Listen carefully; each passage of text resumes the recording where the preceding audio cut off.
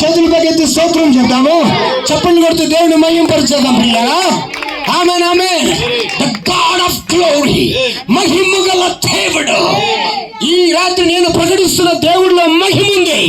ఈ రాత్రి నేను ప్రకటిస్తున్న దేవుడిలో జీవం ఉంది. ఈ రాత్రి నేను ప్రకటిస్తున్న దేవుడిలో వెలుగుంది. ఈ రాత్రి నేను ప్రకటిస్తున్న దేవుడు నిత్య సత్య జీవము గల దేవుడు. ఆయన సజీవుడైన దేవుడు, ఆయన సర్వత్రయామైన దేవుడు. ఎవరో ఒకరు అన్నారు, ఆహా ఈ భూమి దానంతటిగా అదే వచ్చిందయ్యా, ఈ భూమి ఎవరు తయారు చేయలేదయ్యా, ఈ భూమి దానంతటిగా అదే కలిగిందయ్యా అని కొంతమంది అంటూ ఉన్నారు. అయితే ప్రియులారా, నేను ఒక విషయం అడుగుతాను. ఈ రాత్రి ఈ నా చేతిలో ఉన్న ఈ మైక్ ఒక కంపెనీ తయారు చేయకుండా ఇది ఉండగలదా? ఇక్కడ ఉన్నటువంటి పుల్పిట్ ఒక వ్యక్తి దీన్ని చక్కపని చేయకుండా ఉండగలదా? ఇన్ ద సేమ్ వే ఆమేన్ ఆమేన్ ఆమేన్. ఈ సృష్టికి ఒక సృష్టికర్త లేకుండా ఈ సృష్టి ఉండగలదా? ఆమేన్. ఈ సర్వ ప్రపంచాన్ని సృజించిన ఒక అదృశ్య హస్తం ఉన్నది, ఒక అదృశ్యమైన వ్యక్తి ఉన్నాడు. ఆ అదృశ్యమైన వ్యక్తి 2000 సంవత్సరాల క్రితము దృశ్య రూపంలోకి వచ్చి ఉన్నాడు, మానవుడి శరీరంలోకి వచ్చి ఉన్నాడు. మనందరి పాపముల కొరకు, మన రోగముల కొరకు, మన యొక్క వినాశనము కొరకు ఆయన శిలువ బలి అయిపోయాడు. ఆయన సమాధి చేయబడి తిరిగి లేచాడు. ఆ తిరిగి లేచిన సజీవుడైన దేవుని ఈ రాత్రి మీకు నేను ప్రకటించుచు ఉన్నాను. ఆమేన్. హల్లెలూయా. ఏ దేవుడు ప్రత్యక్షమయ్యాడు? ఆయనకి మహిమ గల దేవుడు. ఏ దేవుడు ప్రత్యక్షమయ్యాడు? ఏ దేవుడైతే మహిమ కలిగి ఉన్నాడు, ఏ దేవుడైతే ప్రేమ కలిగి ఉన్నాడు, ఏ దేవుడైతే సృష్టికర్త అయి ఉన్నాడు, ఏ దేవుడైతే సర్వశక్తిమంతుడై ఉన్నాడు. Thanks be to God. Hallelujah. ఆ మహిమ గల దేవుడు ఎవరికి ప్రత్యక్షమయ్యాడు? అబ్రహాము అనే ఒక వ్యక్తికి ప్రత్యక్షమయ్యాడు. అబ్రహాము ఏమైనా భక్తిపరుడా? కానే కాదు. అతను ఏమన్నా రక్షణ పొందినవాడా? కానే కాదు. అతను ఏమన్నా చచ్చిపోయేవాడా? కానే కాదు. అతను నీలాంటి నాలాంటి ఒక సామాన్యమైన వ్యక్తి. అతను తన పని తను చేసుకుని పోతూ ఉంటాడు. అతనికి ఏదో చిన్న వ్యాపారం ఉంది, ఆ వ్యాపారాన్ని జరిగిస్తూ ఉన్నాడు. కానీ ఎంత వ్యాపారం చేస్తున్నా అతనికి భార్య ఉన్నది, అతనికి తండ్రి ఉన్నాడు, అతనికి కుటుంబం ఉన్నది, అతనికి బంధువులు ఉన్నారు, అతనికి అన్నలు ఉన్నారు. కానీ అతని గుండెలో ఒక తీవ్రమైన వాంఛ ఉన్నది, అతని గుండెలో ఒక ఆశ ఉన్నది. నేను బ్రతుకుతున్న ఈ బ్రతుకు ఇది శాశ్వతమా? మనుషులు పుడుతున్నారు, మనుషులు చనిపోతున్నారు. ఒకళ్ళేమో ఈ కులం అన్నారు, ఒకళ్ళేమో ఈ మతం అన్నారు, ఒకళ్ళేమో ఈ ప్రాంతం అన్నారు. ప్రాంతాలుగా మనుషులు ఉన్నారు, భాషల్లో మనుషులు ఉన్నారు. ఏ మనిషి ఏ ప్రాంతంలో ఉన్నా, ఏ భాష మాట్లాడుతూ ఉన్నా, ఏ రంగులో పుట్టినా అతను ఒకరోజు తిట్టకి తప్పట్లేదు. మరణం అంటూ అందరికీ వస్తూ ఉన్నది. మరి ఆరాధిస్తున్న దేవుడి సంగతి ఏంటి? ఎలాగా మరి ఈ కార్యాలు జరుగుతూ ఉన్నాయి? అసలు దేవుడు అంటే ఎవరు? నిజమైన దేవుడు ఎవరు? నిజమైనటువంటి సంగతులు ఏంటి? చనిపోయిన తర్వాత మనిషి ఏమవుతాడు? మరలా మనిషి కుక్కగా పుడతాడా? మనిషి పల్లిగా పుడతాడా? లేకపోతే మనిషి ఇంకొక రకంగా పుడతాడా? What is the life after the death? మరణం తర్వాత మనిషి కథ ఏమవుతుంది అని అతని గుండెలో కొన్ని ఆలోచనలు ఉన్నాయి. ఆ తీవ్రమైన ఆలోచనల చేత I want to know the truth. నాకు సత్యము కావాలి, నేను సత్యాన్ని గుర్తించాలి. అసలు ఏమిటి సంగతి? అసలు దేవుడు అంటే ఏమిటి? వాక్యం అంటే ఏమిటి? నిత్య జీవం అంటే ఏమిటి? చనిపోయిన తర్వాత మనిషికి ఏమి జరుగుతుంది అని ఈ ఆలోచన చేత అతను తల పోసుకుంటూ ఉన్నాడు. అతని మనసులో ఒక తీవ్రమైన వాంఛ ఉన్నది. అదిగో ఒక రోజు అతని పనిలో ఉంటుండగా మహిమ గల దేవుడు అతని పేరు పెట్టి పిలిచాడు. Praise be to God. Abraham అని పేరు పెట్టి పిలిచాడు. ఎవరైనా పిలుస్తుందని అటు ఇటు చూస్తా ఉన్నాడు. ఎవరైనా మనిషి చెప్తున్నారా? ఎవరైనా వ్యక్తి నన్ను పిలుస్తున్నారా? మా ఊరిలో పిలుస్తున్నారా అని తీవ్రంగా అటు ఇటు చూస్తున్నారు. ఆయన కంటికి ఎవరూ కనపడలేదు, కానీ ఆయన చెవుకు మాత్రం మాట వినబడుతున్నది. అబ్రహామా, ఓ అబ్రహామా, ఓ అబ్రహామా అని ఒక స్వరం ఆయనకి వినబడుతున్నది. Thanks be to God. ఆయన పిలిచే దేవుడు, ఆయన స్వరం వినిపించే దేవుడు, ఆయన ప్రత్యక్షమయ్యే దేవుడు, ఆయన కనపడే దేవుడు, ఆయన మాట్లాడే దేవుడు. ఆయన పేరు ప్రభు అయిన యేసుక్రీస్తు. ఎవరు పిలుస్తున్నారు నన్ను? అటు ఇటు చూస్తున్నాడు, కానీ స్వరం మాత్రం నిరాటంకంగా వినబడుతుంది. అబ్రామా, నీవు దేని కొరకు ఎదుగుతున్నావో నేను ఎరుగుతున్నావు. నీ గుండెలో దేవుని కోసం ఆలోచన ఉంది కదా, నీ గుండెలో నిజమైన దేవుడు ఎవరో నీకు ఆలోచన ఉంది కదా. ఈ రాత్రి నేను ఒక విషయం సంగతి చెప్పాలనుకుంటున్నా పిల్లారా, నీ లోపల ఆశ ఉన్నట్లయితే ఆ ఆశ తీర్చడానికి దేవుడు నీకు వాక్యాన్ని వినిపిస్తూ ఉన్నాడు. దేవునికి మహిమ కలుగును గాక. హల్లెలూయా. అప్పుడు అబ్రాహాముతో దేవుడు చెప్తూ ఉన్నాడు, ఆహాహా, నీవు నా గురించి ఆశ కలిగి ఉన్నావు కాబట్టి నేను ఒక సంగతి నీకు తెలియపరచాలా. ఏమిటది? నువ్వు వెతుకుతున్న ఆ దేవుడు నేనే, ఆ మహిమ గల దేవుడు నేనే.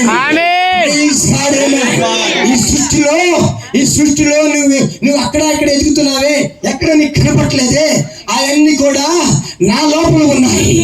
నేను సజీవుడైన దేవుణ్ణి, మరణము లేని దేవుణ్ణి, కాలానికి అతీతమైన దేవుణ్ణి. దేవుడు దేవుడు తను తాను అబ్రాహాముకి బయలుపరుచుకుంటూ ఉన్నాడు. నా ప్రియమైన దేవుని బిడ్డలారా, ఈ రాత్రి వినండి. ఈ రాత్రి ఇక్కడ కూర్చున్న ప్రతి ఒక్కరిలో కూడా ఈ అనుభవం ఉందని నేను అనుకోవచ్చా? నిజమేనా? నిజ దేవుని తెలుసుకున్న అనుభవం ఉందా? రక్షణ పొందిన అనుభవం ఉందా? ఆ దేవుడి యొక్క ఉన్నత లక్షణాలు గుర్తించిన అనుభవం ఉందంటారా? హల్లెలూయా.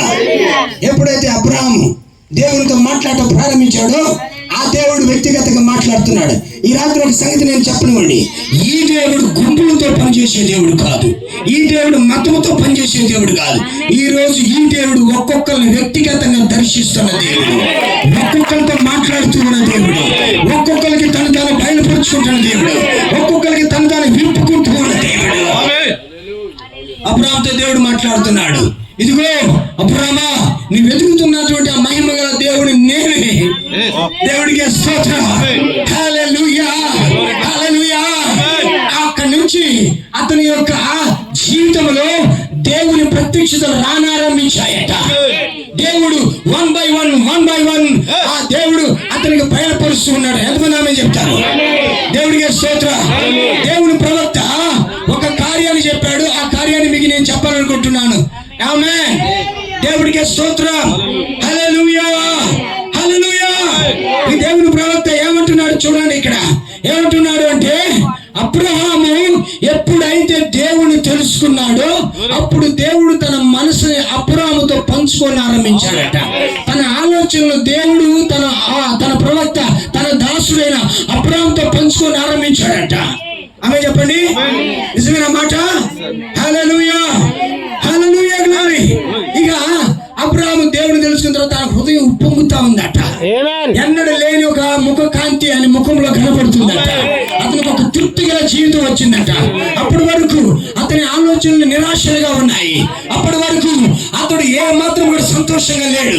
కానీ ఎప్పుడైతే నిజ దేవుడు తెలుసుకున్నాడు, అతని హృదయం మన్నించబడుతున్నది. అతని ఆలోచనలు ఇంకా ఎక్కువగా అధికమవుతూ ఉన్నాయి.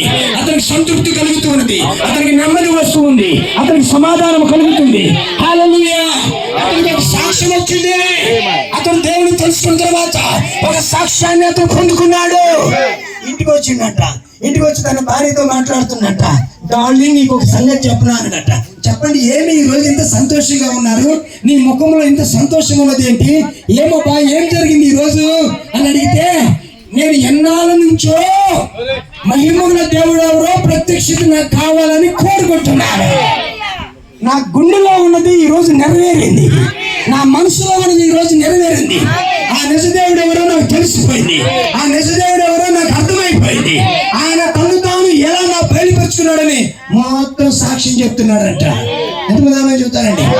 నీవు దేవుడిని తెలుసుకుంటే, నీవు నిజ దేవుడిని తెలుసుకుంటే నీకంటూ ఒక సాక్ష్యం ఉంటుంది చెప్పుకోవడానికి, నీకంటూ ఒక వర్తమానం ఉంటుంది చెప్పుకోవడానికి. ఆమేన్, ఆమేన్.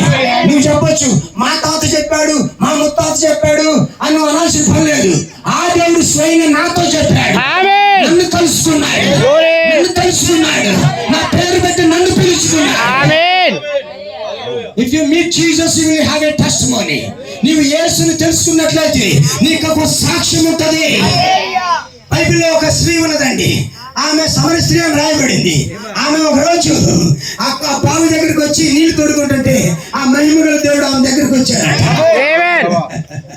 ఆమెతో మాట్లాడుతున్నాడట. ఆమె ఆమెకు పాపం యొక్క పరిష్కారం కావాలి, లోకం నుంచి వేరు చేయబడటం కావాలి, ఆమె గుండెలో ఉన్న పాప భారం తొలగిపోవాలి. అది ఎవరి వల్ల కావట్లేదు. చర్చికి వెళ్తుంది కానీ పాపం పోవట్లేదు, పాస్టర్లు ప్రార్థన చేస్తుంది కానీ పాపం పోవట్లేదు, సంఘాలు ఇస్తుంది కానీ పాపం పోవట్లేదు, పుణ్యకార్యాలు చేస్తుంది కానీ పాపం పోవట్లేదు. కానీ పాపము పోగొట్టగలిగిన వాడు అక్కడికి వచ్చాడు, పాపం నుంచి విడిపించగలిగిన వాడు అక్కడికి వచ్చాడు, నుంచి బయటికి తేగలిగిన వాడు అక్కడ వచ్చాడు. ఆమె గుండెలో ఉన్న సమస్యని అప్పటికప్పుడే ఆ మహిమగల దేవుడు పరిష్కారం చేశాడు. వెంటనే తన పాప జీవితాన్ని పూర్తిగా విడిచిపెట్టి ఊర్లోకి వెళ్ళిందట. ఊర్లోకి వెళ్ళి చెప్తుందంట, ఐ ఫౌండ్ ద మెస్సయ్య, నేను మహిమగల దేవుని కనుగొన్నాను, జీవముగల దేవుని తెలుసుకున్నాను, ఆ దేవుడు నాకు ప్రత్యక్షమయ్యాడు, మీరు కూడా రండి, మీ జీవితాలు మారిపోతాయి. ఊరినే కదిలించిందంటే అంటే నిజమైనటువంటి ఒక దేవుని యొక్క స్పర్శ, నిజమైన దేవుని తాకిడి, నిజమైన దేవుని ప్రత్యక్షత నీవు పొందుకున్నట్లయితే నీకు ఒక సాక్ష్యం ఉంటుంది. ఆ సాక్ష్యం గుండెలు పిండి వేస్తుంది, ఆ సాక్ష్యం అనేకుల్ని నిశ్చయంగా నిత్య జీవంలోకి నడిపిస్తుందండి.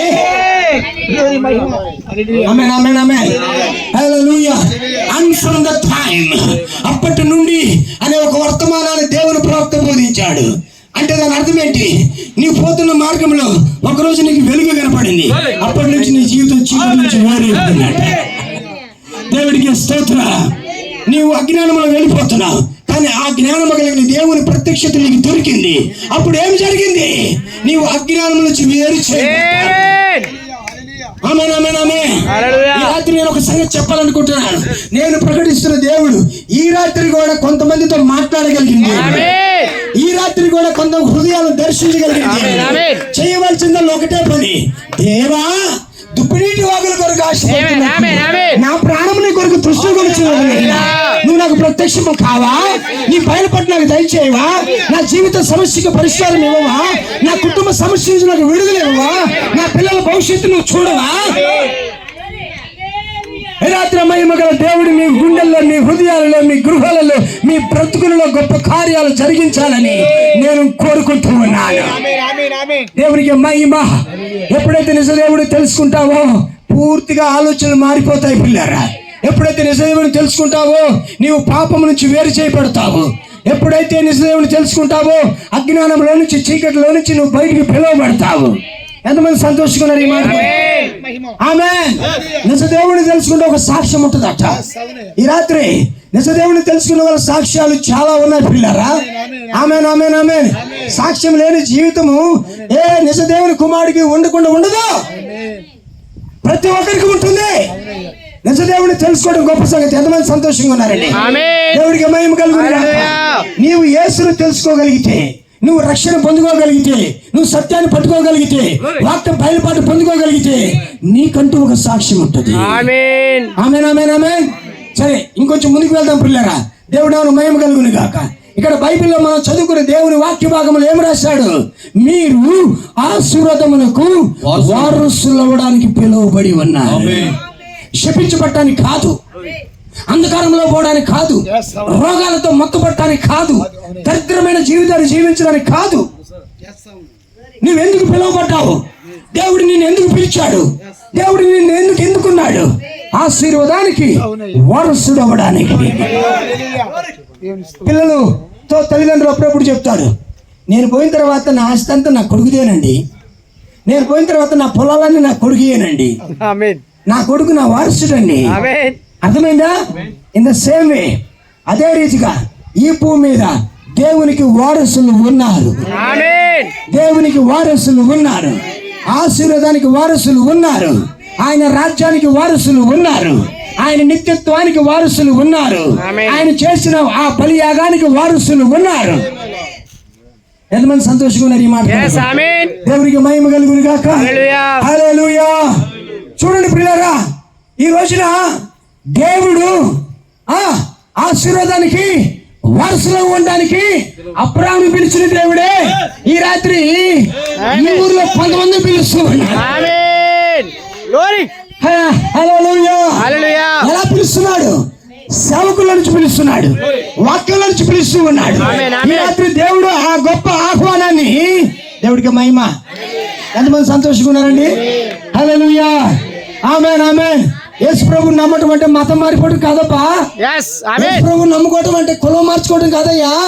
యేసయ్యని నమ్మటం అంటే నిత్య జీవాన్ని తెలుసుకోవటం.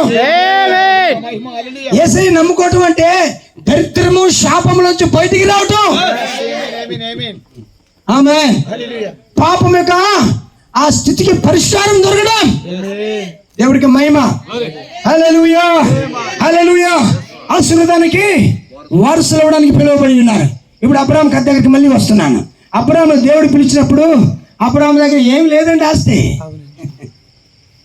పొట్టచేత పట్టుకొని దేవుడు చెప్పినట్టు బయలుదేరాడట. ఏమీ లేదు, వెండి లేదు, బంగారం లేదు, ఏమి లేదు. కానీ ఒకటి ఉంది, అదేమిటి? దేవుడిని కలిగిన జీవితం. ఆమేన్, ఆమేన్, ఆమేన్. అదేమిటి? నిజ దేవుడిని తెలుసుకున్న సాక్ష్యం. నిజ దేవుడు ఎవరో తెలుసుకున్న సాక్ష్యం. అది ఒక్కటి చాలండి మన జీవితానికి. మనకి ఏ డబ్బు ఉండాల్సిన పని లేదండి. మన జీవితంలో దేవుడు ఉంటే చాలండి. ఆయనే మన జీవితాన్ని సమస్తము తన బాధ్యత తీసుకుంటాడు. పిల్లారా, మీకు ఎంతమందికి అర్థమవుతుందండి? హల్లెలూయా, హల్లెలూయా. ఒకరోజు ఆ దేవుడు అబ్రాహాముతో చెప్పాడంట, అబ్రామా ఒకసారి ఇంట్లోంచి బయటికి రానంట. ఎందుకు ప్రభు అన్నాడు. నీకు ఒక విషయం చెప్పాలి, బయటికి రానంట. చెప్పండి ప్రభు అని. బయటికి వెళ్తే ఆకాశం యొక్క నక్షత్రాలు లెక్క పెట్టు అన్నాడట. ఆకాశ నక్షత్రాలు ఎన్నో లెక్క పెట్టు అంటే, అయ్యి బాబాయ్ నా వల్ల కాదంటే నేను లెక్క పెట్టలేను అన్నాడు. సముద్రపు ఇసుకరేణులు ఉన్నాయి కదా, ఆ ఇసుకరేణులు లెక్క పెట్టాడట. అది నా వల్ల కాదంట. నీ సంతానం ఆ విధంగా ఏమి ఆశీర్వాదం అబ్బా, నీ ఊహకు అందని ఆశీర్వాదం. ఈ దేవుడు తెలుసుకుంటే, ఈ నిజవాక్యాన్ని తెలుసుకుంటే నీ ఆలోచన అందంత ఆశీర్వాదం ఉంటుందో తెలుసా మీకు? ఆమేన్, ఆమేన్, ఆమేన్. అప్పుడు దేవుడు అంటున్నాడు, నీకు ఇదిగో అంత గొప్ప సంతానం అవుతుంది కాబట్టి ఏం చేయాలి?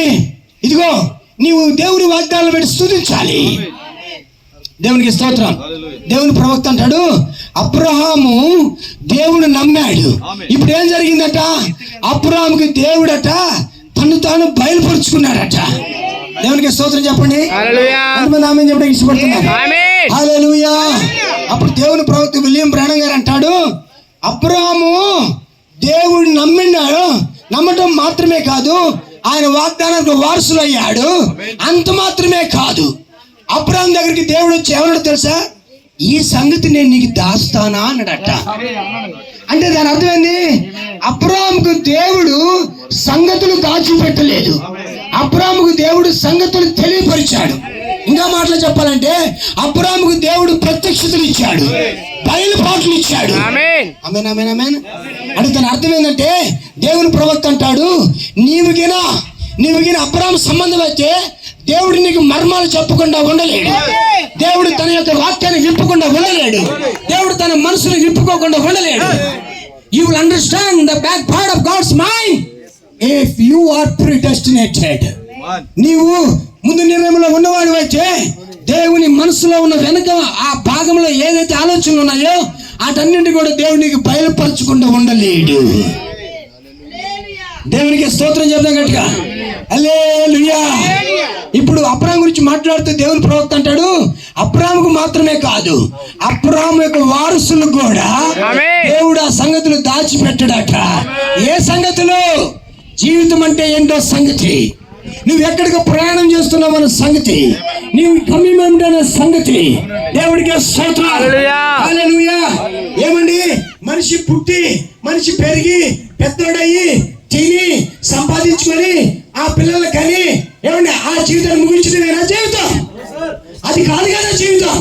జీవితం అంటే దానికి ఒక సార్థకత ఉండాలి కదా.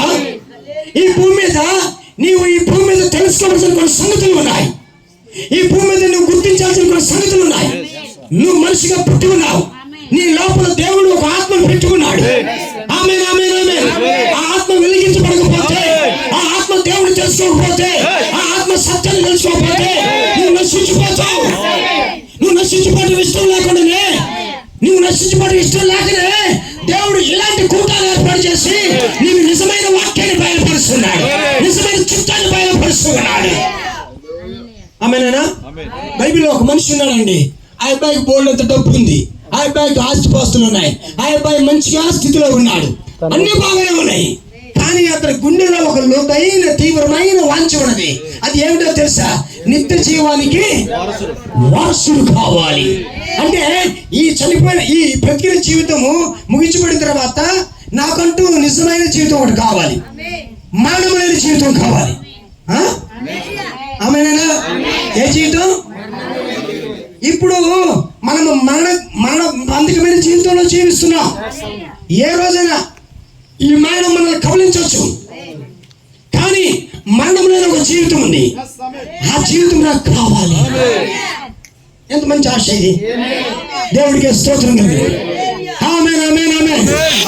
రష్యా దేశంలో సెర్బియా ప్రాంతంలో ఒక సైంటిస్ట్ ఉన్నాడట. ఆ సైంటిస్ట్ ఆయన ఏం చేస్తున్నాడంటే ఒక ప్రాంతంలోకి వెళ్ళి కొన్ని బోటనీ మొక్కలు, కొన్ని వృక్షశాస్త్ర సంబంధించిన మొక్కలని అతను పరీక్ష చేస్తా ఉన్నాడట. అతని పరీక్షలో తేలిన ఫలితార్థం ఏమిటంటే అక్కడ ఉన్న మొక్కలట కొన్ని వేల సంవత్సరాల నుంచి అక్కడ ఉన్నాయట. అవి చనిపోవట్లేదట, అవి వాడిపోవట్లేదట, అవి కుళ్ళిపోవట్లేదట. వాటి మీద పరిశోధన చేస్తా ఉన్నాడు. ఎంతమంది ఆమె చెప్తారండి? వాటి మీద పరిశోధన చేస్తున్నాడు. ఎందుకు ఈ మొక్కలు కుళ్ళిపోవట్లేదు, ఈ మొక్కలు ఎందుకు వాడిపోవట్లేదు అని బాగా పరిశోధన చేసి చేసి చేసి చివరికి అనుకున్నట మనిషి 60 సంవత్సరాలకే చచ్చిపోతున్నాడు, మనిషి 70 సంవత్సరాలకే చనిపోతున్నాడు, మనిషి తృణప్రాయంగా చచ్చిపోతున్నాడు. నేను అలా చావకుండా ఉండాలంటే ఇప్పుడు నేనేం చేయాలని? ఏం చేయాలి? ఇప్పుడు ఈ మొక్కల్లో ఉన్నటువంటి బ్యాక్టీరియా ఏదైతే ఉందో ఆ బ్యాక్టీరియాని నేను ల్యాబ్కి తీసుకెళ్ళి ఆ బ్యాక్టీరియాని ఇంజెక్షన్ ఫామ్లోకి తీసుకొచ్చి ఆ బ్యాక్టీరియాని నా యొక్క శరీరంలోకి ఇంజెక్ట్ చేసుకుంటే ఇక నాకు చావు అనేది ఉండదు. ఎంతమంది సంతోషంగా ఉన్నారు చెప్పండి? ఇక్కడ ఉన్నారా? గమనించారు ఈ మాట? అతను ఆశ మంచిదే, నిత్యము బ్రతకాలని ఆశపడుతున్నాడు, చావు లేని ఒక జీవితం జీవించాలంటున్నాడు. ఈ ప్రపంచంలో 70 సంవత్సరాలు బ్రతికినా, 100 ఏళ్ళు బ్రతికినా, లేకపోతే 900 సంవత్సరాలు బ్రతికినా ఈ మట్టి దేహాన్ని విడిచిపెట్టి వెళ్ళిపోవాల్సిన ఒక ఆత్మ ఉన్నది. దాని గురించి చాలా మంది ఆలోచన చేయట్లేదు. ఏ కాడికి తిందామా, తాగుదామా, సంపాదిద్దామా, ఇదే గోళ. కానీ పిల్లరా, నిత్యము బ్రతకాలని ఒక ఆశ. ఆమె చెప్పొచ్చా? హల్లెలూయా. ఈ సైంటిస్ట్ లోకి వచ్చిందంట, ఇక ఈ ఇంజక్షన్ నేను చేసుకుంటే నాకు ఇక సావే రాదు, ఎందుకంటే ఈ మొక్క యొక్క బ్యాక్టీరియాని నా శరీరంలో నేను ఇంజెక్ట్ చేసుకుంటున్నానని చేసుకున్నాడట. నిజంగానే అతనికి తలనొప్పి రాలేదు, అతనికి జ్వరం రాలేదు. ఆమె చెప్పొచ్చా? అతనికి జబ్బు రాలేదు, అతను భలే ఆరోగ్యంగా ఉన్నాడట. కానీ విషయం ఏంటంటే కొంతకాలానికి అతను చనిపోయాడట. అంటే అండి, నిత్య జీవం పొందడానికి ఏయో తాత్కాలికమైన వాటిని ఆశ్రయించాడు, కానీ వారి ద్వారా నిత్య జీవము ఉండదు. 100 సంవత్సరాలు బ్రతకాలని ఆశపడ్డాడు, కానీ 70 ఏళ్ళకే అతడు కాలం చేశాడు పిల్లారా.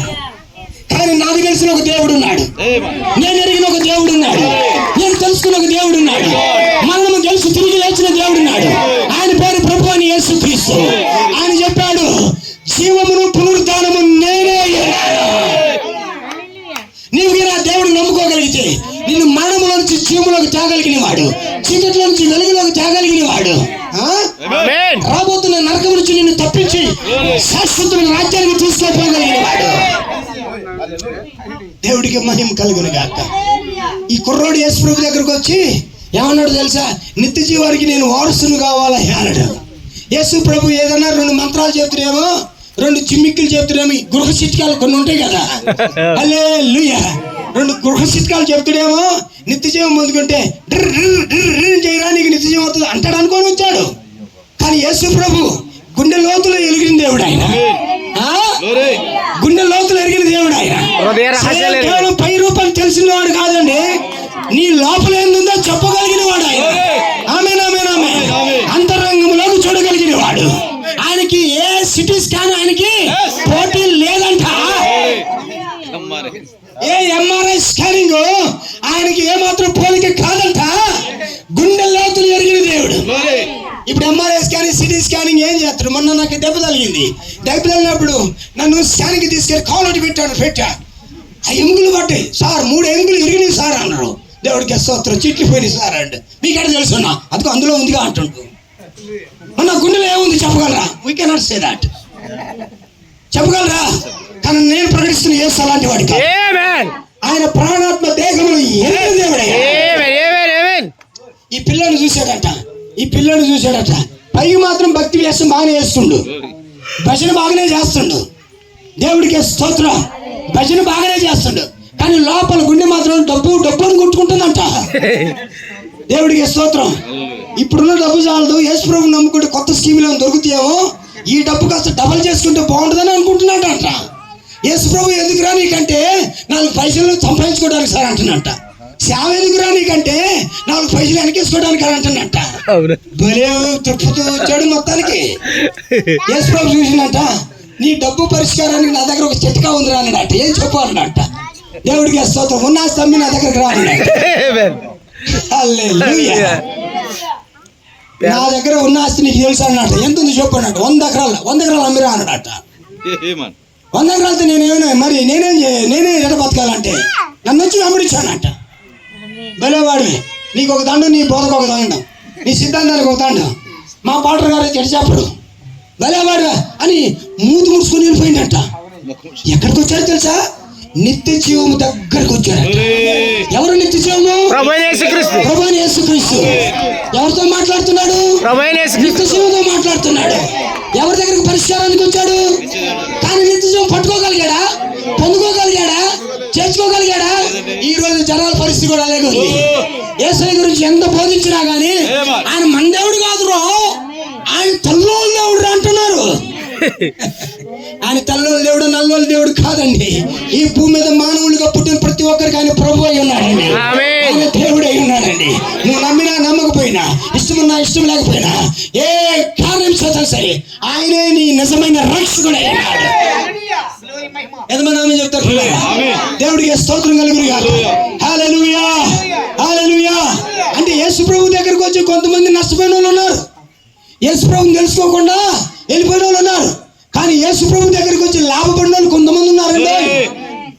జీవితాలు మారిన వాళ్ళు కొంతమంది ఉన్నారండి. ఒక ఆయనట మత పిచ్చి ఎక్కువ ఉంటా మనిషికి. ఏ సందు దొరికినా కానీ ఏమిరా మతం మారిను, ఏమిరా మతం మారిను, రా మన మతానికి తిరిగి కరువాప్సి ఏమంటుందని రండిరా ఇంటికి తిరిగి వచ్చాడు మన మతంలోకి. ఆ తెల్లోళ్ళే మనకి ఎందుకురా అని అండేవాడట. మత పిచ్చి బాగా టన్నులు పెంచుకున్నాడు లోపల. దేవుడికి స్తోత్రం. చూసిన వాళ్ళు పాస్టర్ కనపడితే చాలు సిరిసిల్ల అంటాడు.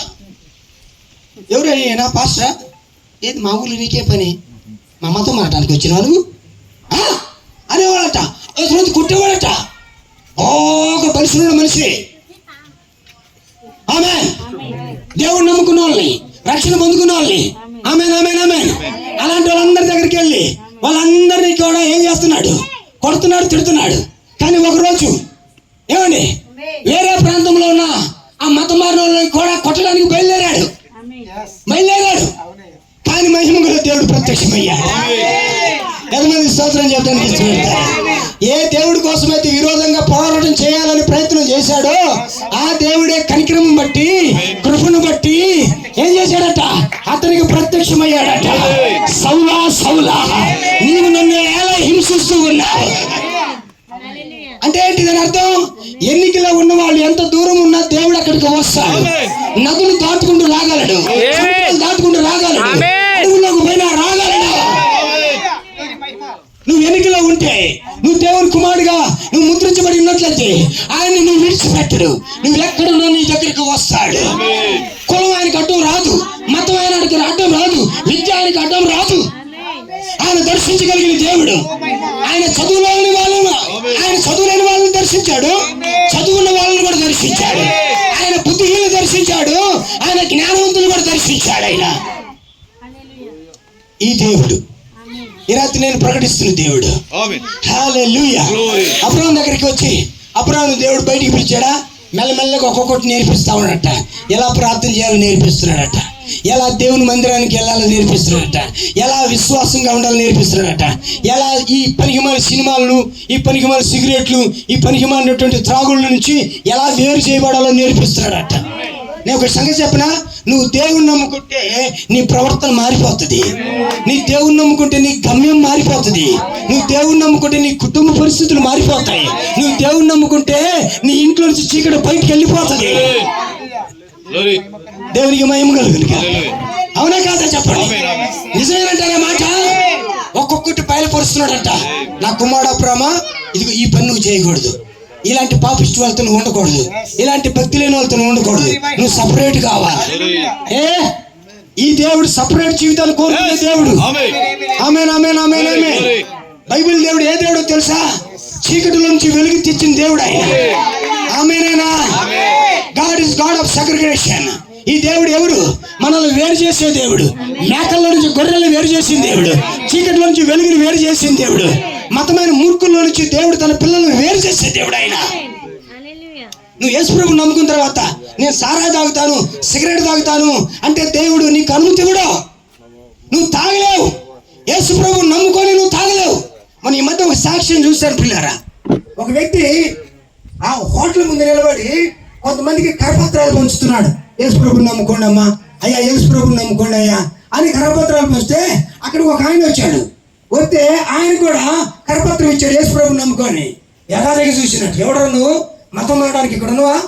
మతం మార్చడానికి ఇక్కడికి వచ్చావా? మా ఊళ్ళో నీకే పడరా, నువ్వు ఎందుకు వచ్చావు ఇక్కడికి అని ఆయన మీద గొడవ పెట్టుకుంటున్నట్ట. ఆయన ఏమన్నా మౌనంగా ఉన్నాడు. ఆయన ఏమీ పల్లెత్తు మాట కూడా అనలేదు. యేసు ప్రభువుని నమ్ముకోండి సార్ అంటుండ. ఆ పక్కనే ఆ హోటల్లో ఎవరైతే నడిపిస్తున్నాడో ఆ హోటల్ నడిపించే వ్యక్తి కుంటుకుంటూ దగ్గరికి వచ్చాడంట.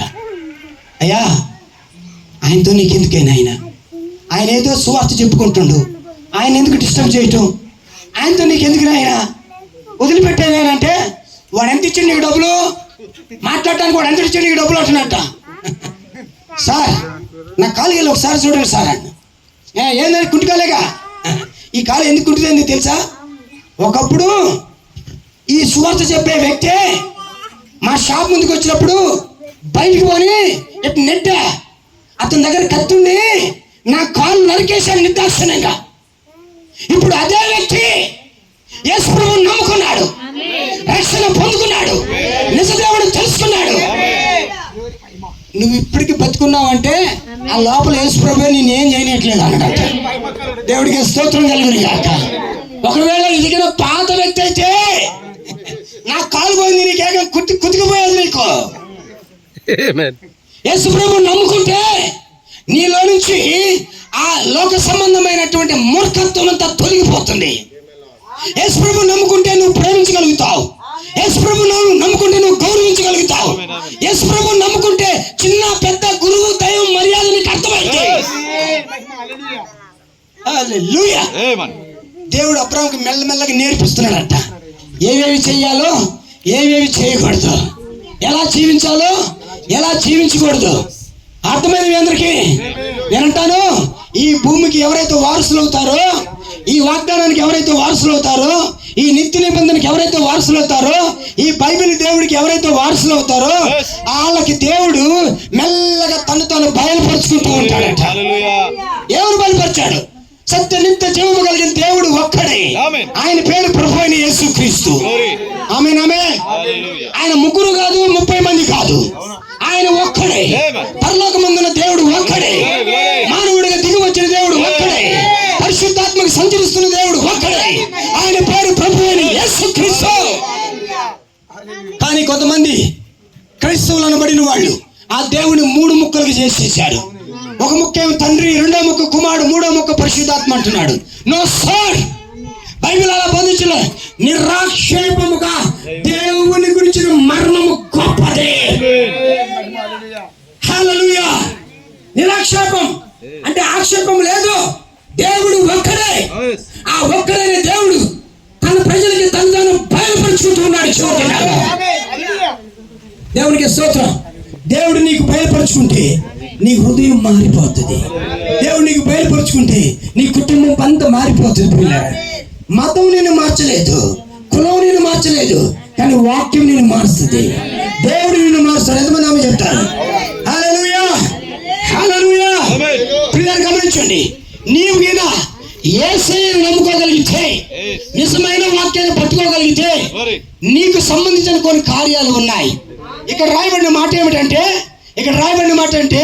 మీరు ఆశీర్వాదమునకు వారసులుగా ఉండడానికి పిలువబడితిరి. నేను పిలిచింది దేవుడు. ఎందుకు పిలిచాడు? ఆయన ఉద్దేశం ఏంటి? ఆయన ప్రణాళిక ఏంటి? నిన్ను పిలుచుటలో ఆయనకున్నటువంటి మనసు ఏంటి? నువ్వు ఆశీర్వదించబడాలి, నువ్వు దీవించబడాలి, ఆత్మీయంగా దీవించబడాలి, ఆర్థికంగా దీవించబడాలి, అన్ని విషయాలు దీవించబడాలి. నీ కుటుంబం దీవించబడాలి, నీ పిల్లలు దీవించబడాలి. పరలోక సంబంధమైన ఆశీర్వాదాలు, భూలోక సంబంధమైన దీవెనలు నీకు సంప్రాప్తించాలి. That is the will of God. అది జీవముగల దేవుని యొక్క ఒక ముఖ్య ఉద్దేశం అయ్యాది. ఎంతమంది ఆమె చెప్తారండి? యేసు ప్రభువుని నమ్ముకుంటే నిశ్చయముగా, నేను చిన్నప్పుడు ఒక యాడ్ చూశానండి. అంబికా దర్బార్ భక్తి అని ఒకటి ఉంటుంది యాడ్. భగవంతునికి భక్తునికి అనుసంధానమైనది అంబికా దర్బార్ భక్తి. దేవుడికి స్తోత్రం కలుగును గాక. అయితే ఇప్పుడు భగవంతుడు భక్తుడు కాదు, పరలోక తండ్రి భూలోక పిల్లలు అయి ఉన్నారు. మనకు అనుసంధానమైంది ఈ ప్రభు అని యేసుక్రీస్తు, ఆయన వాక్యం అయి ఉన్నది. దేవుడికి స్తోత్రం కలుగును గాక. ఎంతమంది ఆమె చేయడానికి ఇష్టపడతారండి? హల్లెలూయా. దేవుడు, మీరు ఎఫెసీ పత్రిక ఇంటికి వెళ్తారు, చదువుకోండి. దేవుడు పరలోక సంబంధమైన ఆశీర్వాదములతో మనల్ని ఏనాడో ఆశీర్వదించాడట. ఈరోజు కొత్తగా ఆశీర్వదించడం ఏం లేదు, ఏనాడో ఆశీర్వదించాడు. చెప్పండి, ఎప్పుడు ఆశీర్వదించాడు? జగత్తుకు పునాది వేయబడింది. హల్లెలూయా. ఏనాడో ఆశీర్వదించాడు. ఆమేన్. హల్లెలూయా. ఆమేన్. ఇప్పుడు నేను పాంప్లెట్లు వేసి బ్యానర్లు కట్టి భారతదేశానికి స్వతంత్రం కావాలి, భారతదేశానికి విడుదల కావాలి, భారతదేశం ఇండిపెండెన్స్ కావాలి అని నేను బోర్డులు పెట్టి పాంప్లెట్ పంచానుకో, నన్ను చూసిన వాళ్ళందరూ నవ్వుతారు. నన్ను చూసిన వాళ్ళందరూ ఏం చేస్తారు? ఒరే బాయ్, వరం బాబు, నీకు అసలు సంగతి తెలుసా? ఈ భారతదేశానికి స్వతంత్రం వచ్చినప్పుడు నువ్వు ఇంకా పుట్టలేదురా నాయన. Don't you know that? నీకు తెలీదా? 1947 సంవత్సరం ఆగస్టు 15వ తారీఖున భారతదేశానికి స్వతంత్రం వచ్చింది, తెలీదా? ఇప్పుడు కొత్తగా పాంప్లెట్లు వేస్తున్నావేంటి? ఇప్పుడు కొత్తగా బ్యానర్లు పెడుతున్నావేంటి? భారతదేశానికి స్వతంత్రం రావాలి, క్విట్ ఇండియా వచ్చి ఇప్పుడేంటి? ఉప్పు సత్యాగ్రహం ఇప్పుడేంటి? బ్రిటిష్ వాళ్ళు మా దేశం విడిచిపెట్టి వెళ్ళిపోవాలి అని ఇప్పుడేంటి? స్వతంత్రం ఏనాడో వచ్చింది. ఆమెనేనా? బాల గంగాధర్ తిలక్ గారు ఒక చక్కటి మాట అన్నాడు. ఏమన్నాడంటే, స్వతంత్రము నా జన్మ హక్కు. స్తోత్రం చెప్పండి. స్వతంత్రము ఇట్స్ మై బర్త్ రైట్, నా జన్మ హక్కు. నేను స్వేచ్ఛగా ఉండడానికి నా జన్మ హక్కు. నేను పాపం కింద ఉండడం కాదు, నేను పాపం లేకుండా ఉండడం నా జన్మ హక్కు. ఎంతమంది చెప్తారు? నేను ఆశీర్వదించబడడం నా జన్మ హక్కు, నేను చదువుకోవడం నా జన్మ హక్కు. చెప్పండి, నిజమేనా? ఈ భారతదేశం ఇచ్చిన హక్కులన్నీ నీ హక్కు ఉన్నాయి, వాటిని నువ్వు అనుభవించవచ్చు. ఆమె ఈ భారతదేశం నాకేం చేయలేదు, ఈ భారతదేశం ప్రజలు నాకేం చేయలేదు అని నువ్వు అనాల్సిన పని లేదు. నీకంటూ ఒక రాజ్యాంగం ఉన్నది, నీకంటూ కొన్ని హక్కులు ఉన్నాయి. ఆమె మత స్వేచ్ఛ నీకు ఉన్నది, వాక్కు స్వేచ్ఛ నీకు ఉన్నది, నీకు నచ్చిందని వెంబడించే హక్కు నీకు ఉన్నది. ఎందుకంటే ఈ కాన్స్టిట్యూషన్ ఆఫ్ ఇండియా, ఈ ఇండియా దేశం యొక్క రాజ్యాంగం నీకు హక్కులు కలుగు చేసింది. నువ్వు పాపంలో ఉండాల్సిన పని లేదు, నువ్వు శాపంలో ఉండాల్సిన పని లేదు, నువ్వు దరిద్రంలో ఉండాల్సిన పని లేదు. పరలోక దేవుడు నీకు కొన్ని హక్కులు ఇచ్చాడు, పరలోక దేవుడు కొన్ని హక్కులు ఇచ్చాడు నీకు. ఆమె చెప్పచ్చా? దేవుని ప్రవక్త బ్రదర్ ప్రణకు వాటిని ఎవరు తెలుసా? The redemptive rights. వాటిని దేవుని ప్రవక్త ఎవరు? విమోచన హక్కులు. ఏంటయ్యి? ఆయన విమోచించాడు. ఆ విమోచన అందులో కొన్ని హక్కులు దేవుడు పెట్టుకున్నాడు. ఆమె చెప్పచ్చా? హల్లెలూయా. ఒకవేళ నువ్వు పాపం, నువ్వు దరిద్రంలో జీవిస్తున్నట్లయితే దరిద్రంలో నుంచి బయటకు వచ్చే హక్కు నీకు ఉన్నది. ఎందుకో తెలుసా? విమోచకుడు 2000 సంవత్సరాల క్రితం కల్వరి గుర్తు మీద నీకోసం వెలచలించాడు, నీకోసం ప్రాణం పెట్టుకున్నాడు, నీకోసం చేయాల్సినంత చేశాడు. ఈ రోజు నువ్వు దరిద్రంలో ఉండాల్సిన పని లేదు, ఈ రోజు నువ్వు కన్ఫ్యూజన్ లో ఉండాల్సిన పని లేదు, ఈ రోజు నువ్వు చీకటిలో చిన్నడాల్సిన పని లేదు. నీకోసం ఆల్రెడీ విమోచన హక్కు అక్కడ సాధించబడి ఉన్నది. ఎంతమంది ఆమె చెప్తారండి? దేవుడికి స్తోత్రం. ఇక్కడ దేవుడి ప్రవక్త ఒక చక్కని మాట్లాడాడు. ఎక్స్పెక్టేషన్ వర్తమానంలో ఎదురు చూచుటానికి వర్తమానం 53:18 అంటాడు. When you are born again, the baptism of the Holy Spirit has come into your heart. నీవు తిరిగి జన్మించినప్పుడు పరిశుద్ధాత్మ బాప్తిసం నీ గుండెలోకి వచ్చినప్పుడు, నీ హృదయంలోకి వచ్చినప్పుడు, you have everything that you have need of this journey. ఈ యాత్రకి నీకు కావలసిన ప్రతిదీ కూడా సంసిద్ధం చేయబడింది. నువ్వు దేవుని కుమారుడైతే, నువ్వు రక్షణ పొందితే, నువ్వు దేవుని తెలుసుకుంటే, నువ్వు ఆత్మని తెలుసుకుంటే, నువ్వు మహిమమైన దేవుని పొందుకోగలిగితే, ఈ జీవితం మీద నీ యాత్రలో నువ్వు ఏమేమి కావాలనుకుంటావో అవన్నీ కూడా నీకు ఇదివరకే తీసుకుని రాబడి ఉన్నాయి. చెప్పులు కూడా దేవునికి స్తోత్రం చేయండి. ఆమేన్. హల్లెలూయా. హల్లెలూయా. The only thing you have to do is start drinking, pushing out. ఇప్పుడు నువ్వు చేయాల్సిందంటే ఏం లేదు. నీకోసం దేవుడు ఏం చేశాడో వాటిని పట్టుకోవాలి, వాటిని తాగాలి, వాటిని పొందుకోవాలి, వాటిని సొంతం చేసుకోవాలి. ఎంతమంది మాటలు ఇష్టపడతారు? ఆమేనా? నా కుమారుడు ప్రిన్స్ బాబుకి లేక ప్రేమ్ బాబుకి నేను ఒక 10 ఎకరాల పొలం కొనిపెట్టాను. ఆ 10 ఎకరాలు కొనిపెట్టినప్పుడు ఆ 10 ఎకరాలు నేనేం చేశానంటే నా పిల్లల కోసం పెట్టాలనుకున్నా. దేవుడికి స్తోత్రం. ఇక నేను చనిపోయాను. నేను చనిపోయిన తర్వాత నేను బతుకున్నాను వాళ్ళకి చెప్పలేదు నేను. కానీ ఆ 10 ఎకరాలు ఆ డాక్యుమెంట్లన్నీ కూడా వాళ్ళ పేరు మీద పెట్టి వీళ్ళు ఎవరు చచ్చిపోయాను. నేను చనిపోయిన తర్వాత నా ఫైల్స్ అని ఎదుగుతుంటే ఆ ఫైల్లో ఒక ఫైల్ వాళ్ళ కళ్ళ మీద పడింది, కంటిలో. అరే మా డాడీ మా కోసం 10 ఎకరాలు పెట్టాడే. దేవుడికి మహిమ. నా డాడీ మా కోసం 10 ఎకరాలు పెట్టాడే. అప్పుడేం చేశాడు? పెద్దోడు 5 ఎకరాలు, చిన్నోడు 5 ఎకరాలు తీసుకున్నాడు. అంటే నేను ఏదైతే సంపాదించి పెట్టానో దానికి వారు వారసులు అయ్యారు. 2000 సంవత్సరాల క్రితము మన పరలోక దేవుడు మన కొరకు వారసత్వం ఇవ్వడానికి, మనకు ఆరోగ్యం ఇవ్వడానికి, మనకు సమాధానం ఇవ్వడానికి, మనకు రక్షణ ఇవ్వడానికి, మనకు నిత్య జీవం ఇవ్వడానికి ఆయన వేల చెల్లించాడు. దాన్ని అనుభవించే హక్కుని కోరది, దాన్ని పొందుకునే హక్కుని కోరది, దానిలో భాగస్వామ్య హక్కుని కోరది, దాన్ని స్వతంత్రించిన హక్కుని కోరది. అది నీ జన్మ హక్కు. నువ్వు తిరిగి జన్మించడం ద్వారా, నువ్వు దేవుని ఎరుగడం ద్వారా, నువ్వు వాక్యం పొందడం ద్వారా దానిలో పట్టుకోగలవు. దేవుని ప్రవక్త అంటాడు తెలుసా? ఇంకేమంటాడు తెలుసా? Every redemptive blessing that God has promised belong to you. ప్రతి విమోచన హక్కు, redemptive right, ఆ ప్రతి విమోచన హక్కు దేవుడు నీకు వాగ్దానం చేసి ఉన్నాడు. అది నీదై ఉన్నది. ఈ రోజు నువ్వు చెప్పొచ్చు, నేను ఎవరు తెలుసా? జీవము గల దేవుని కుమారుడు. శక్తులన్నీ కూడా నా కాళ్ళ కింద చితికి తగ్గబడుతున్నాయి. మరణ వ్యాధులన్నీ కూడా నేను దాటి వచ్చాను. ఈ రోజు భూమికి ఆకాశానికి సృష్టికర్త ఎవరైతే ఉన్నారో ఆయనే నాకు తండ్రి అయ్యాడు, ఆయనే నాకు రక్షకుడు అయ్యాడు, ఆయనే నా విమోచకుడు అయ్యాడు, ఆయనే నా సమాధానం అయ్యాడు, ఆయనే నా విమోచన అయ్యాడు, ఆయనే నా నిత్యజీవం అయ్యాడు, ఆయనే నా పునరుత్థానం అయ్యాడు. Glory. Hallelujah. Brother brother, it is your personal property. అది నీ వ్యక్తిగత ఆస్తి. ఆ రెడెంప్టివ్ బ్లెస్సింగ్, ఆ విమోచన ఆశీర్వాదము, ఆ రెడెంప్టివ్ రైట్స్, ఆ విమోచన హక్కులు ఏంటో తెలుసా? అది నీ స్వతంత్ర హక్కు ఉన్నది.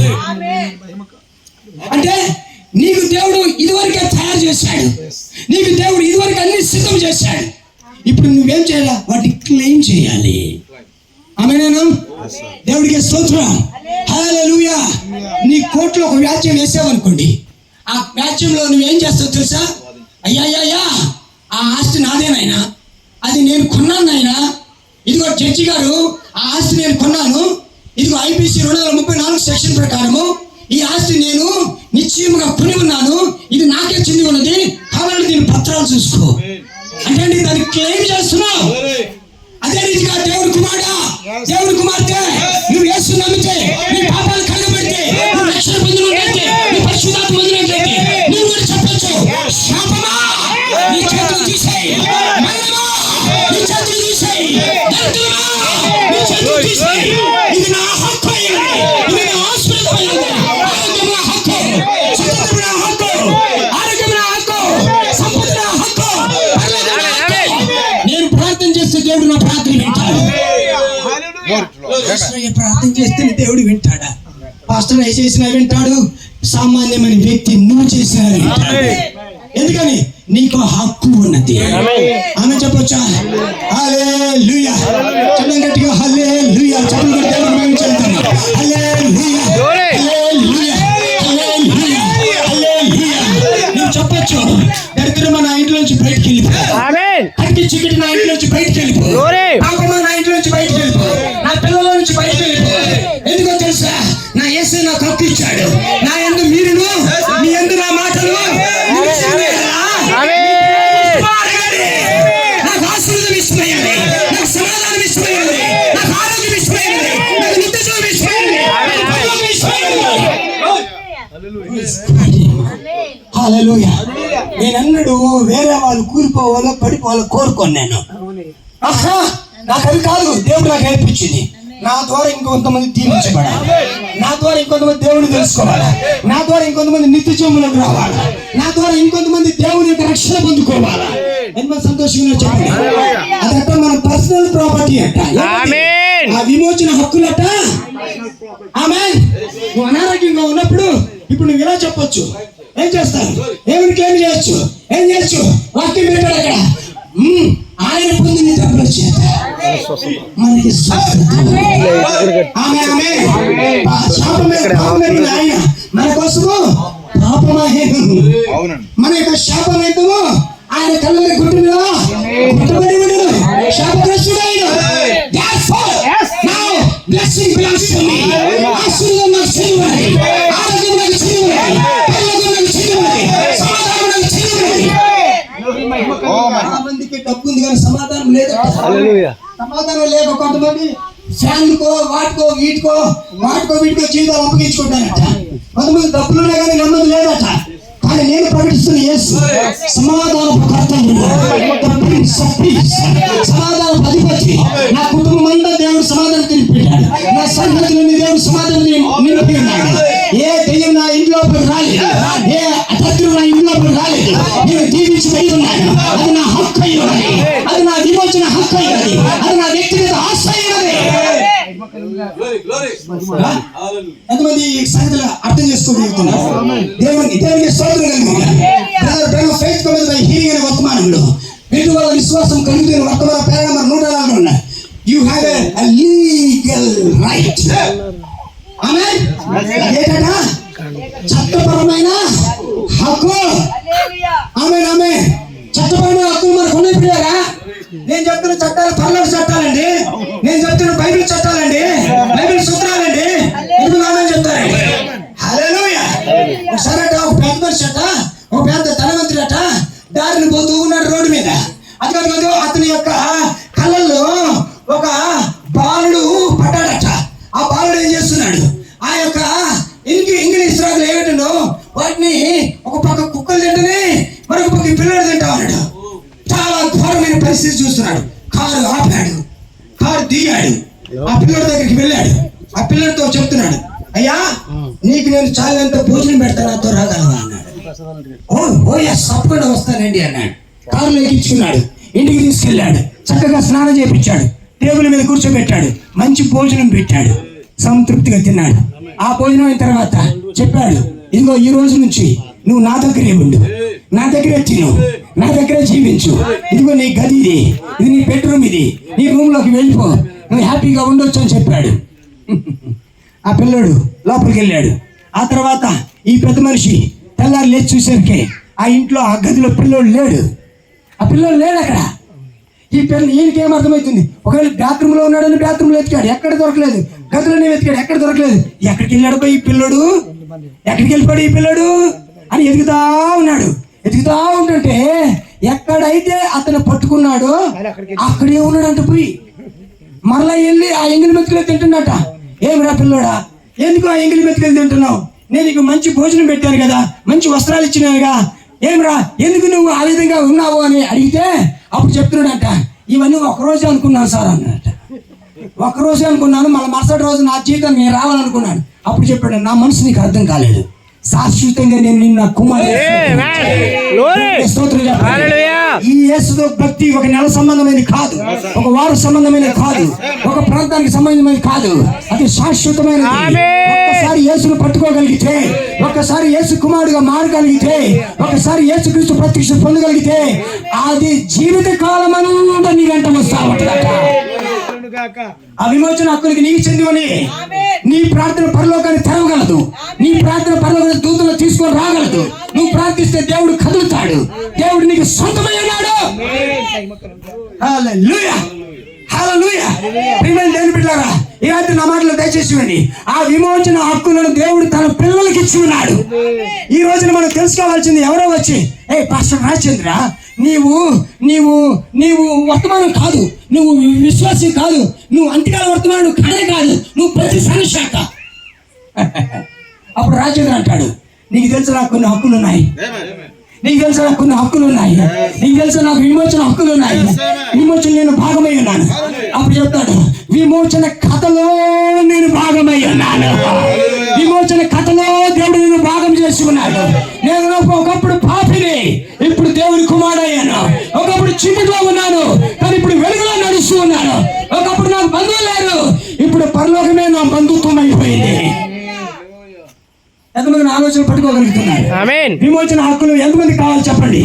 నాకు హక్కు ఉందని మీరు ఎంతమంది చెప్పగలరు? ఎంతమంది క్లెయిమ్ చేయగలరు? ఆమేన్, ఆమేన్. దేవుడే నీకు సొంతం అయిపోయాడు, దేవుడే నీకు సమీపం అయిపోయాడు, దేవుడే నీ పక్షాన్ని నిలబెట్టాడు. బైబిల్ చెప్తుంది, if God be for us, who can be against us? దేవుడు మన పక్షమున ఉండగా మనకి పాపం మనకి విరోధి కాదు, పాపం మనకి విరోధి కాదు, మన ముందు నిలబడలేదు. ఎందుకో తెలుసా? పరలోక దేవుడే మన పక్షాన్ని నిలబడినాడు. బైబిల్లో ఒక ఆయన ప్రార్థన చేస్తే ఆకాశం భయపడిందంట, 3 సంవత్సరాల వర్షం రాలేదంట. ఇంకొక ఆయన ప్రార్థన చేస్తే చంద్రుడు ఆగిపోయాడు, సూర్యుడు ఆగిపోయాడంట. ఇంకొక ఆయన ఆయన్ని ఆ నదిని కొడితే ఆ నది 2 భాగాలు అయిపోయిందంట. ఏంటి అని? విమోచన హక్కులు, విమోచన హక్కులు ప్రాక్టీస్ చేయటం, విమోచన హక్కులు ప్రాక్టీస్ చేయటం, ఇది నేను క్లెయిమ్ చేస్తూ ఉన్నాను. ఇలా జీవం గల దేవుని నమ్ముకున్న దేవుని కుమారుడా, నీకు కొన్ని హక్కులు ఇవ్వబడి ఉన్నాయి. ఆమేన్, ఆమేన్, హల్లెలూయా. మీరు మొరపెట్టినప్పుడు నేను మీ మొరాలకి ఇస్తాను. ఆమేనా? ఆమేన్. బైబిల్లో ఒక ఆవిడట కొడుకుని తీసుకుని పోయి అడవిలో కూర్చొని నీళ్ళ కోసం ఏడుస్తా ఉందంట. నా బ్రతుకు ఏమి ఎలా అయిపోయింది, అందరూ నన్ను విడిచిపెట్టి ఉన్నారు, అందరు నాన్న వాళ్ళు నన్ను వేరు చేసి ఉన్నారు, నా బ్రతుకు ఎలా అయిపోయింది ఏడుస్తుందట. కానీ చూచుతున్న దేవుడు అక్కడికి వచ్చాడంట, చూచుతున్న దేవుడు అక్కడికి వచ్చాడంట. చూచుతున్న దేవుడు వచ్చి ఏం చేశాడు? తాగడానికి నీళ్లు తయారు చేశాడంట, అక్కడే నీటి ఊటలు తీశాడంట. అంత మాత్రమే ఆగిండా? లేదు, లేదు. ఇప్పుడు ఆమెతో చెప్తున్నాడంట, నీ కుమారుడు నేను దీవిస్తాను, నీ కుమారుడు నేను ఆశీర్వదిస్తాను. ఏ దేవుడైనా ఆశీర్వాదానికి వారసులుగా పిలిచే దేవుడైనా, ఏ దేవుడైనా మనకంటూ ఒక హక్కు ఇచ్చిన దేవుడైనా. పరలోకానికి పిలవడానికి ఎంతమంది హక్కు ఉందండి? యోహాను సువార్త 1వ అధ్యాయంలో ఉంది, ఎందరైతే ఆయన నామం ముందు విశ్వాసం ఉంచుతురు వారు దేవుని కుమారులు అవ్వడానికి అధికారం కలిగి ఉన్నారు, హక్కు కలిగి ఉన్నారు. ఈ రాత్రి నువ్వు యేసు ప్రభువుని నమ్ముకోగలిగితే, ఈ రాత్రి నిజమైన వాక్యాన్ని నమ్ముకోగలిగితే, నిజమైన పరలోకాన్ని నువ్వు నమ్ముకోగలిగితే నీకు ఒక హక్కు ఉందన్న సంగతి ఈ రాత్రి నువ్వు చెప్పనివ్వండి. పరలోకం పిలవచ్చు, నిత్య జీవాన్ని పిలవచ్చు, ప్రభువుని యేసుక్రీస్తుని పిలవచ్చు. ఎంతమంది ఆమె చెప్తారండి? హల్లెలూయా. అబ్రహాముకి దేవుడు హక్కులు ఇచ్చాడట, అబ్రహాముకి హక్కులు ఇచ్చాడట. అబ్రహాం ప్రార్థన చేస్తేనట శాపం కూడా ఆగిపోయినాడు. పిల్లరా, ఆ ఊళ్ళో అందరు కూడా గర్భాలు మూయబడ్డాయట. అబ్రహాం వెళ్ళి ప్రార్థన చేశాడట, ఆ గర్భాల దోషం అంతా కూడా దేవుడు అబ్రహాం ప్రార్థన ద్వారా తీసేశాడట. దేవుడికి స్తోత్రం కలిగింది. ఈ రాత్రి నేను చెప్పుకొచ్చేది ఏంటంటే, దేవుడు నీకంటూ ఒక బయలుపాటు ఇచ్చినట్లయితే ఆ బయలుపాటు ద్వారా నువ్వు ఆయనకు కుమారుడు అవుతావు, ఆ బయలుపాటు ద్వారా ఆయనకు వారసుడు అవుతావు. ఎప్పుడైతే నువ్వు వారసుడు అవుతావో ఆ వారసత్వం ద్వారా నీకు కొన్ని హక్కులు సంక్రమిస్తాయి. అప్పుడు ఆ హక్కులు నువ్వు ఎత్తి పట్టవచ్చు. ఇదిగో ఆరోగ్యం నా హక్కు అయ్యున్నది, ఆశీర్వాదం నా హక్కు అయ్యున్నది, నిత్య జీవం నా హక్కు అయ్యున్నది, ఎత్తబడిన నా స్వస్థమయ్యున్నది. దేవుడి మాటలు దీవించుగాక.